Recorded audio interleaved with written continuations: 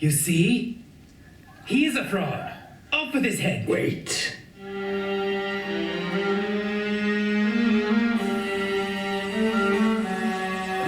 Yes.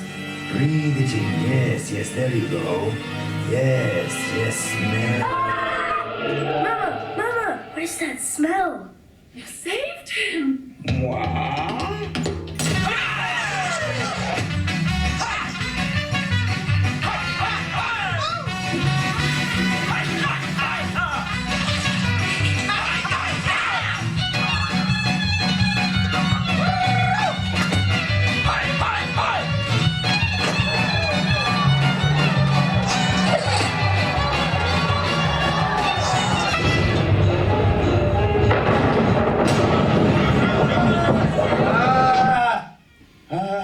I had a very strange dream. Poor Gregory. What is it now? I dreamt if I die a natural death, your children will rule Russia for centuries to come. But if I am killed by princes and nobles, your family will be killed by revolutionaries. Gregory, my dear, don't you worry. Rasputin will keep you safe. You're right. No one's trying to kill me. Okay, you're Rasputin. I'm just sorry. I hate him so much. He's making a mockery of the royal family. Hey, buddy. Would you mind not groping my wife? Rasputin, have you seen the Empress? Oh. We've got to kill him, Dmitri. We stop the revolution. I get my wife back. He is good on the pencil.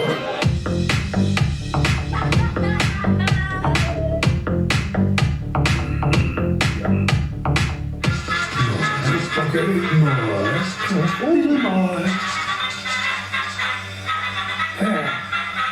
Enough cyanide to kill a Siberian tiger instantly. Ding dong. Oh, wow. Now that's a nice man cave. Holy. Hey, look at that chicken. Oh, Felix, is that you? Rasputin, why not take a seat, buddy? You guys are fun.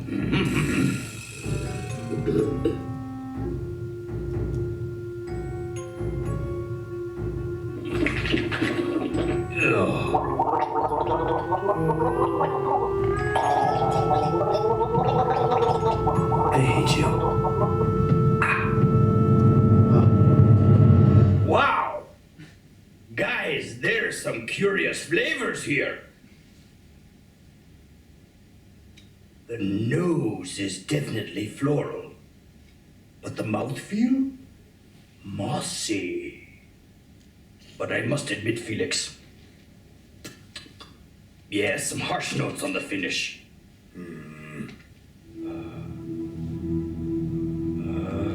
How are you feeling, Rasputin? Let's go party! Oh, Felix, you're such a good dancer. Oh, I got a funny idea.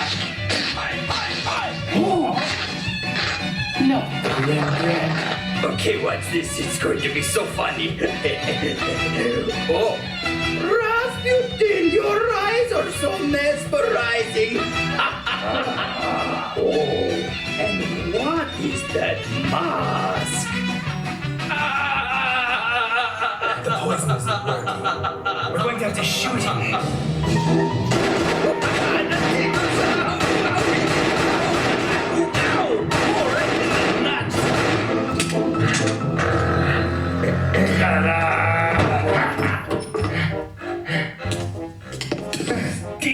Felix, I'm having a lot of fun. Why don't you give little Raspy a kiss, huh? Hey, pal. Why don't we go outside for a little polar bear swim? Yeah, I like that idea. Wait a minute. We should totally sauna first. I love you guys. Let's Let's do this more often. Yes. I know. Why don't we go for a dip in the deathly cold river? Now you're talking. All right, everyone together now. 1, 2, 3. Hi! You didn't jump on 3! The Romanov dynasty will rule forever! Laugh with me! We made a big mistake. Rasputin had warned if he was killed by royals, it would lead to the end of the Romanov dynasty. His prophecy came true. Let's go for a walk, shall we? The fresh air should do us some good.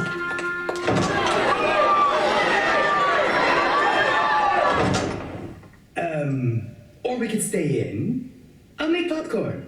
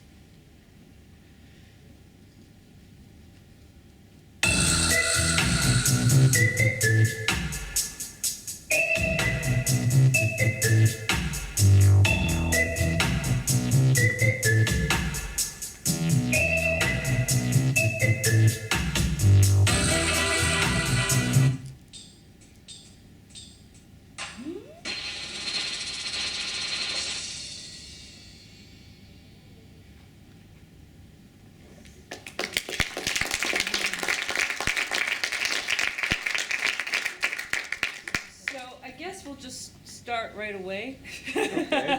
Unless we need 5 minutes, but basically, I guess I should get up. Basically just, the story would tell you what happens as the images go in front of you. The first clip is me filming Ryan on a street that you will be on soon in Montreal, where we're just hanging out like you and one of your buddies before or after festival and talking about your next project. And so this is how it starts, and I thought it was very poignant to have it in the beginning because you'll understand at the end. Have a good one. See you soon. Enjoy the ride. No.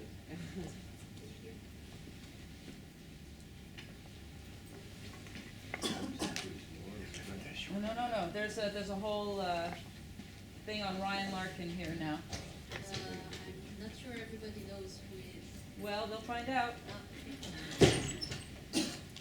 Sorry, I just think I have a little time limit for this.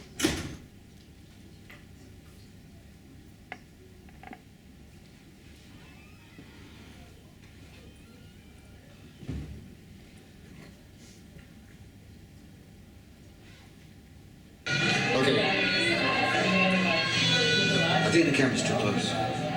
Because I'll be out of focus. No, I'm watching. You look good. I'm framing the shot. Is my hair okay? It's beautiful.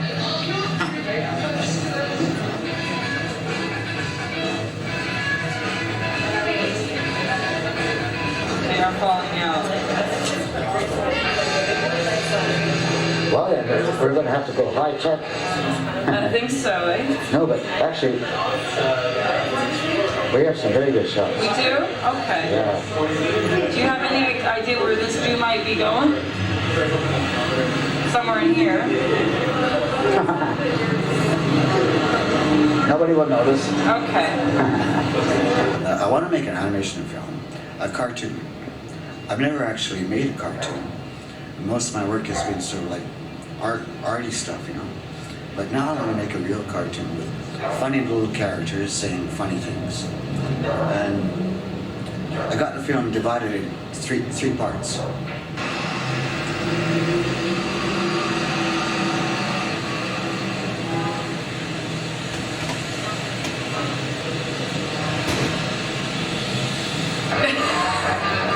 Do it for me. Do it for me. I like the eye blink. This is the eye blink. Yeah. I'm planning to animate the film in traditional animation techniques, you know, just drawings on paper, you know. And I want about, 3 or 4 really good assistants who are computer savvy, because I'm not bright. The film should be about 10 or 15 minutes max, you know. And it should be entertaining, it should be a cartoon, and it should be humorous. And you'll feel comfortable with the routine of a regular, let's say 5 days a week, going into a studio and with, I don't know, 5, 6, whatever hours a day, and with the same gang and doing your work and etc. Oh yeah, well, I've been working on it. You see, like, I figure what I should do is come in the morning for about 3 hours to direct my assistants, you know. But around about 3 o'clock, I'll take off and have a coffee or a cup of tea, and then I come back, you know, around about 4 or 5, and make sure that they're all okay, and that they've done their work. And then I continue until about midnight, you know, creating more what we call key drawings. We have no more time left. That's it. Perfect. Hey, I got lots of time.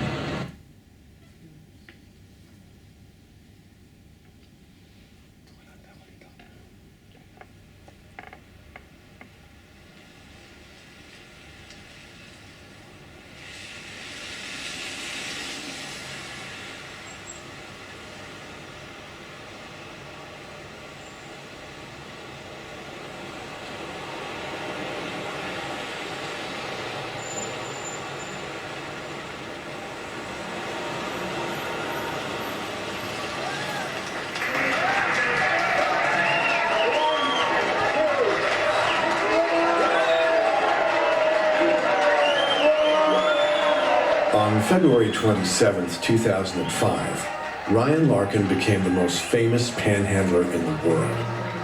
Ryan, a short film by Chris Landreth, picked up the Oscar for Best Animation Film.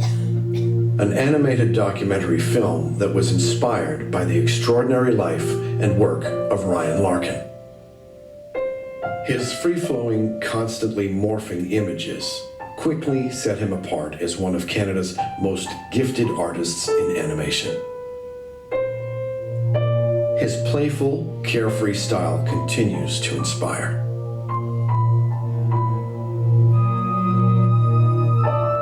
Chris Landreth was compelled by Ryan's story, and his film celebrates Ryan Larkin's rock star status of the animation world, and laments his fall into drugs, alcohol, and homelessness. Oh, okay, merci. Espero change.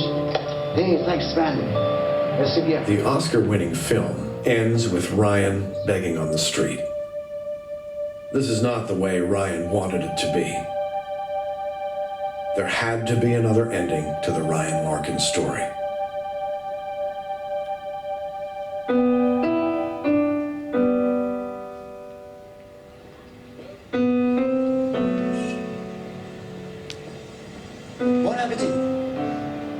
The Oscar fame and media attention quickly faded.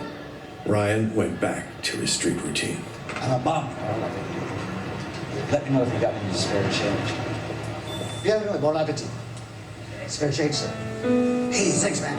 All right. They're lining up at Schwartz's. But although no one could easily guess it, Ryan's own work in animation had been nominated for an Academy Award. His film, Walking, was nominated for Best Animation Film, and his work in animation remains one of the landmark achievements of the National Film Board of Canada. Spare change, sir. Hey, thanks, man. A gentleman. Cool.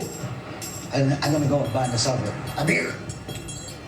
It seems that the everyday business of life was more than Ryan could handle. What did come easy to Ryan was drawing, and his talent was noticed early while he was still in elementary school in Dorval, Quebec, where he grew up, the youngest of three brothers.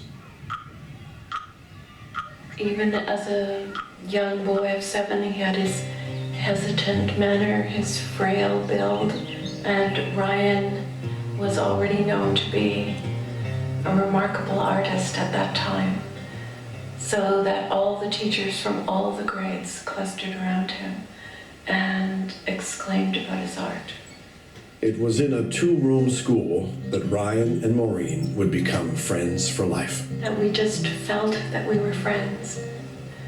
And I walked home from school with Ryan and to school with Ryan every day. And we would all walk like a little flock of children. And an adult had to walk with us because we had to cross what was then called the Metropolitan Boulevard, which was a highway. A frequent visitor to Ryan's home, Maureen was the witness of a surprising ritual. I saw Ryan's mother bring him a bottle of stout and a beer glass on a tray. She said, "Here's your medicine." It had been prescribed as a nightly tonic by their doctor, who thought it would make Ryan more robust, since his family was concerned that he was so small and skinny. There's some bottles underneath. If I could just move these 2 feet, 2 pieds. Okay. Aha! I discovered. Merci.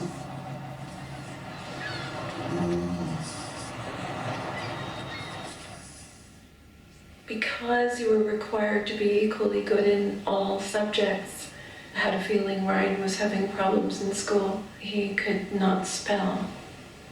And I always remember thinking, why would anyone care? He's a genius. I always knew he was a genius. It wasn't always easy to stay in touch with Ryan, and at one point, Maureen lost sight of him. When she saw him again, it was in a television news program telling the story of his downfall. I saw a disclosure program on the CBC, and Ryan was a homeless person. This is hard work. This is hard work. Hi, spare change? I was afraid that he would end up dying in an alley, possibly in a violent death.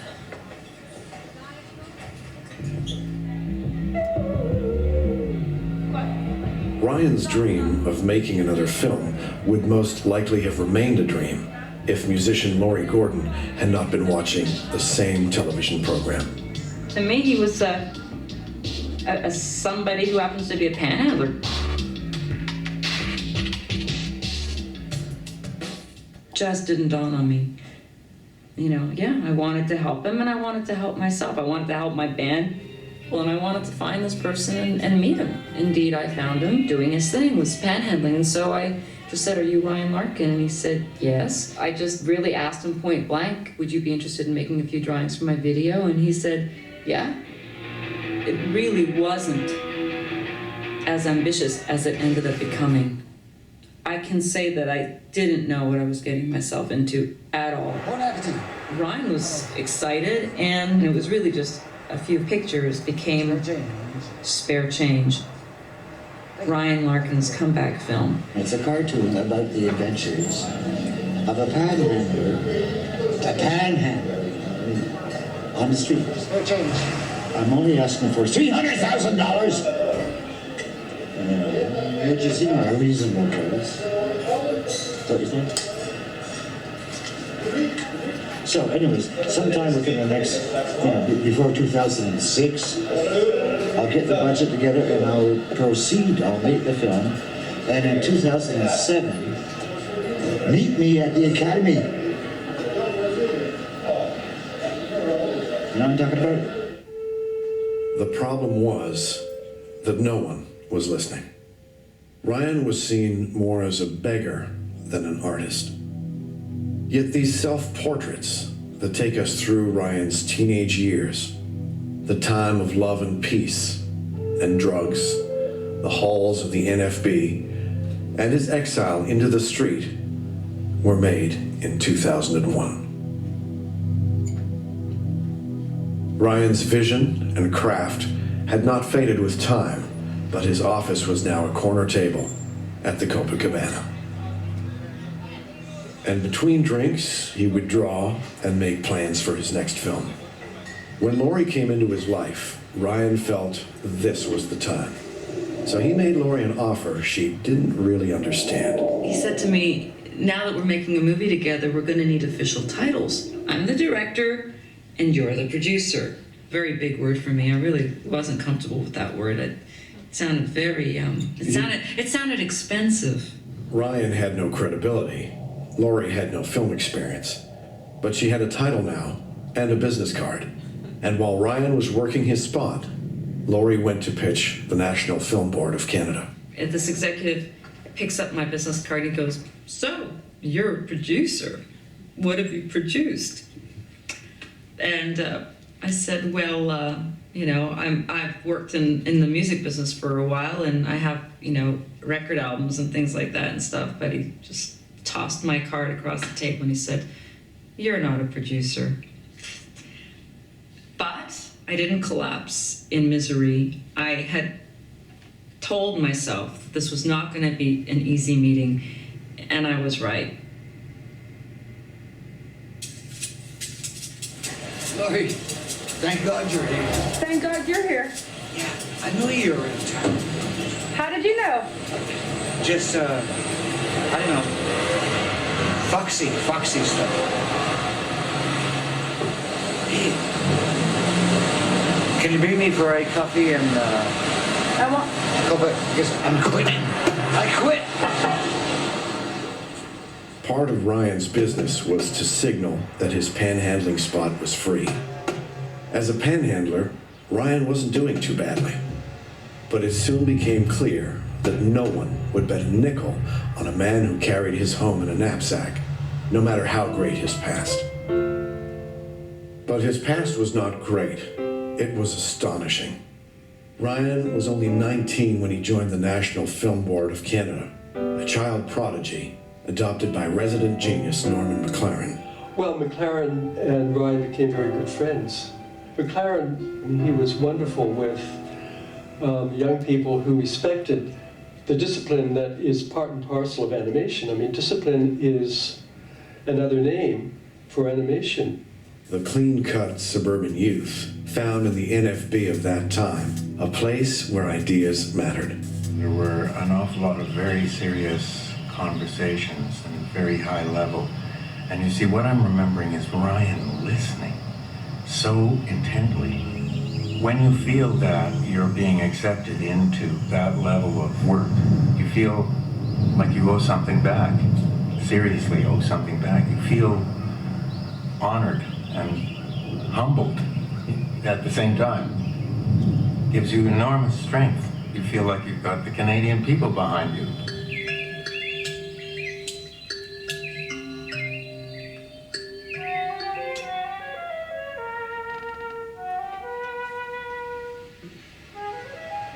Come on, it's okay.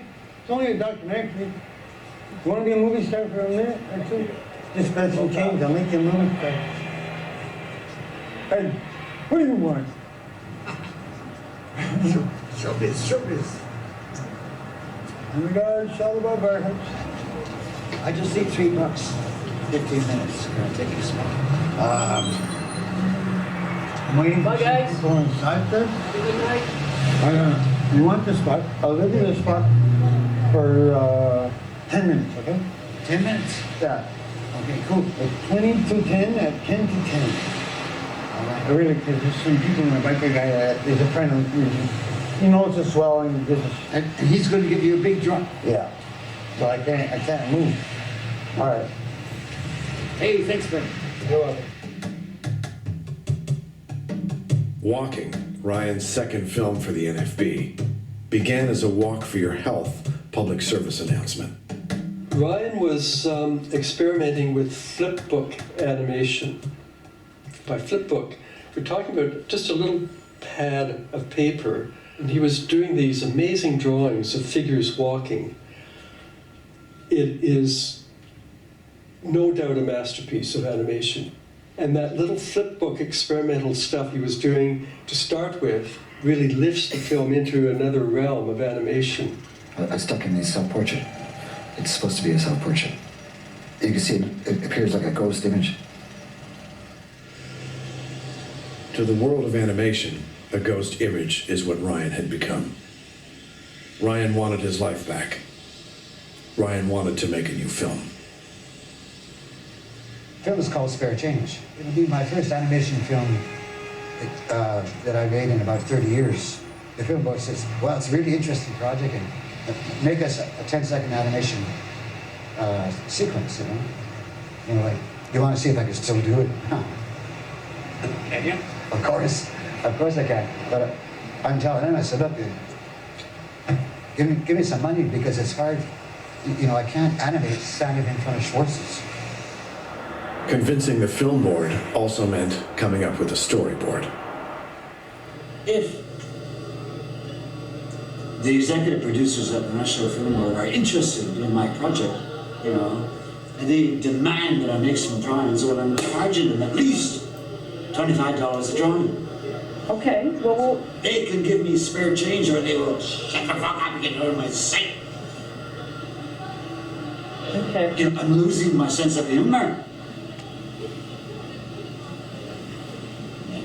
You know what? You look good today. Thank you. Well, I had to work on it, you know. I got to do my hair, you know. It looks nice. Did you cut it recently? Yes, it did. Just yesterday.